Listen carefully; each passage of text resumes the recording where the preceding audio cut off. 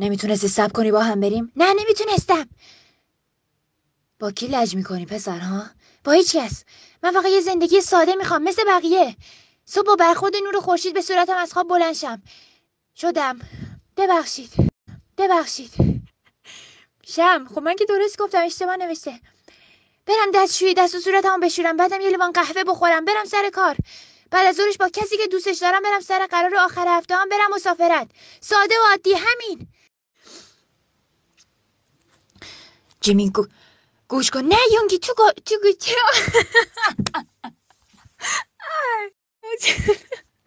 خب جیمی گوش کن. نه یونگی تو نمیتونم اینو. تو گوش کن. جیمی گوش کن. نه یونگی تو گوش کن. امروز یکی از مهمترین آدمای زندگی مرد، میفهمی؟ الان حس میکنم تو این دنیا به این بزرگی هیچ کس نیست.